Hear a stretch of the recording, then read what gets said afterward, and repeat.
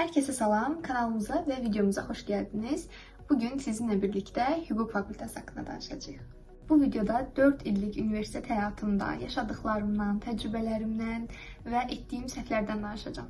Üniversite daxil olduğum dövr ərzində məsləhət ala biləcəyim birisi yox idi. Çünki ailədə də həm ilk övladam, həm nəsildə də ilk nəvəyəm. Ona görə də biraz mövzularda çətinlik çəkirdim. Amma siz şanslısınız, çünki mən varam və böyük bacınız kimi sizə bütün bildiklərimi, bütün məsləhətlərimi ötürəcəm. İstəyirəm lap əvvələ gedək. Necə oldu ki, hüquq fakültəsinə daxil oldum? Hər şeydən öncə mən hüquq fakültəsinə daxil olacağımı heç bilmirdim. Çünki mənim tək məqsədim var idi ki, bal toplamaq, 600 bal keçmək və bilirdim ki, istədiyim bal toplayandan sonra istədiyim ixtisasa çox rahatca girə biləcəm. Bütün fokusumu dərs etməyə yönəltmişdim və beynimi ixtisaslarla qəti şəkildə yormurdum. Sırf düşündüyüm şey bal toplamaq idi. Və elə oldu ki, hüquq fakültəsinə daxil olacağımı ixtisas seçim etdiyimiz gün öyrəndim. İxtisas seçim etməyə ən yaxın rəfiqəmlə birlikdə getmişdik və o da hüquq fakültəsinə daxil oldu. Mən də hüquq fakültəsinə daxil oldum və eyni məktəbdən həmin il sadəcə ikimiz ən yaxın rəfiqələr daxil olduq.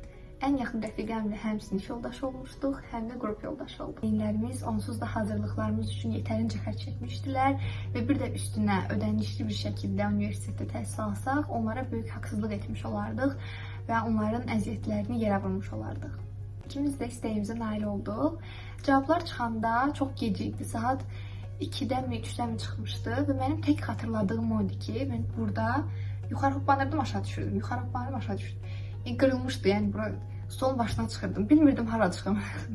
Yaşadığım hissləri sözlə ifadə edə bilmərəm və hər birinizə o hissləri yaşamağınızı arzulayıram. İndi isə gələk universitetin ilk günlərinə. Bu hissəni diqqətlə dinləyin, çünki sizin də eyni səhvlər etməyinizi, sizin də xərcə düşməyinizi heç istəmərəm. Çünki mən səhvləri çox etmişəm və dəfələrlə etmişəm. İlk olaraq onu deyim ki, gözünüzdə universiteti çox böyütməyin, çünki hayal kırıklığı yaşaya bilərsiniz dostlar. Mən düşünürdüm ki, universitet belə lüks bir yerdir, belə lüks ortamdır. Həmişə o kinolardakı kimi xəyal eləyirdim universiteti. Amma elə oldu ki, bir müəllimimiz həmin o partalarda otura bildiyimizə görə bizə 10 yazdı. Yəni o dərəcədə düşünün necə bir narahatdır o partalar. Birinci kursda siz hüquq nəzəriyyəsi fənni keçəcəksiniz və hüquq nəzəriyyəsindən heç nə başa düşməyəcəksiniz.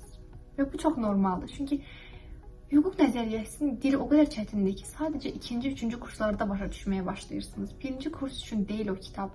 Və müəlliminiz sizə böyük ehtimalla Xrapanyuk deyəcək, başqa müəlliflərin, başqa rus müəlliflərin adını çəkəcək. Bunun kitabını alın, bunun kitabını alın.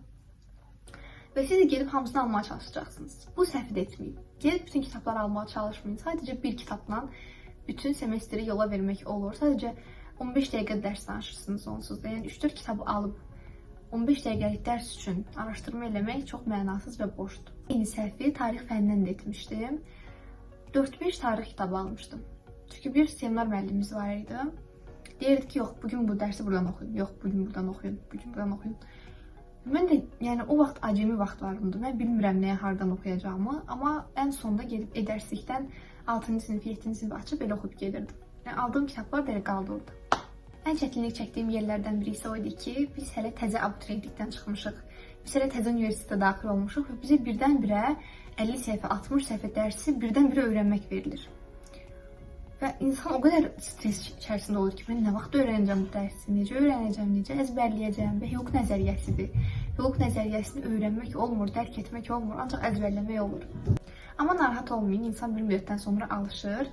Yəni o metodu tutandan sonra, yəni hər səhifədən biraz öyrənin. Hər yeri öyrənmək məcburiyyətində deyilsiniz. Sadəcə əsas olan hissələri öyrənin.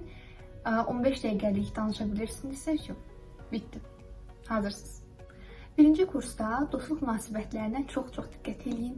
Hər sirrinizi, hər sözünüzü hamıya açıb deməyin. Hər dost bildiyinizə sirlərinizi bölüşməyin.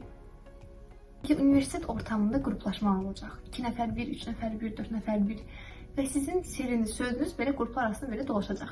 Amma bunlarla birlikdə universitet sizə çox gözəl, çox möhkəm dostluqlar da qazandırır. Semestrdə insanların iç yüzü biraz daha ortaya çıxır, Nə vaxt ortaya çıxır bilirsiniz? Semestr imtahanı vaxtı. Hər şey vaxt bəlli olur.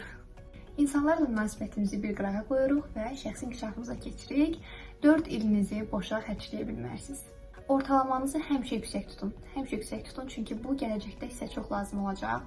Gələcəkdə xaricdə magistr təhsil almaq istəyə bilərsiniz və xaricdə magistr təhsil üçün də IELTS lazımdır. Ona görə də dil biliklərinizə də önəm verin. İngilis dilinizi daim artırmağa çalışın. Mütəmadi şəkildə ingilis dili ilə məşğul olun ki, gələcəkdə dil bilgisi ilə bağlı problem yaşamayasınız. Müəllimlərlə də aranızı mütləq yaxşı tutun. Çünki birinci kursda sizə dərs deyən müəllim gəlib sizə 4-cü kursda da dərs deyə bilər, 3-cü kursda da dərs deyə bilər. Və müəllim sizi qaralayıbsa sizi heç vaxt unutmayacaq. Bizim universitetdə həmişə müəllim haqlıdır, tələbə haqlı deyil. Müəllimlərlə aranızın yaxşı olmasının digər bir müsbət cəhəti də var ki, bəzi müəllimlərin özlərinin vəkil büroları olur və siz o bürolarda gedib təcrübə keçə bilirsiniz. Bu da çox böyük bir müsbət cəhətdir. Məsələn, bizim əmək hüququ müəllimimizin işlədiyi büro var idi və biz o büroda o qədər çox şey öyrəndik ki, təcrübəçi olaraq və bizə xəssiyyətnamə də verdilər. Dərslərdə fəal olmağa çalışın. Sadəcə dərslərdə, sadəcə universitetdə deyil, həmçinin iş həyatında da fəal olmağa çalışın hər zaman. Bununla da müəllimlər artıq sizin necə biri olduğunuzu bilir və bayaq da qeyd etdiyim kimi, birinci kursda dərs deyən müəllim daha sonralar 3-cü, 4-cü kursda da dərs deyə bilir. Və müəllim sizi tanıyır və bilir ki, siz nəyi bilirsiniz, nəyi bilmirsiniz və sizə baxır və qiymətinizi yazır. Yəni 3-4-cü kurslarda sizi çox yormurlar, ona da heç narahat olmayın. Hüquq fakültəsi haqqında danış bitməz və bu videonun da çox uzun olmasını istəmirəm, sizi yormaq da istəmirəm. Ona görə növbəti videoda sizə daha detallı təcrübə proqramları haqqında, könüllülüklər barədə, şəxsi inkişafınızı necə artıra bilərsiniz, necə inkişaf etdirə bilərsiniz bu barədə və ən önəmlisi universitetdə necə əlaçı ola bilərsiniz bu haqqda danışacağam. Növbəti videolardan xəbərdar olmaq üçün kanalımıza abunə olmağı və bizi Instagram üzərindən izləməyi unutmayın. Sizə universitet həyatında uğurlar arzulayıram və məni izlədiyiniz üçün təşəkkür edirəm. Videonun əvvəlində və sonunda saçlarım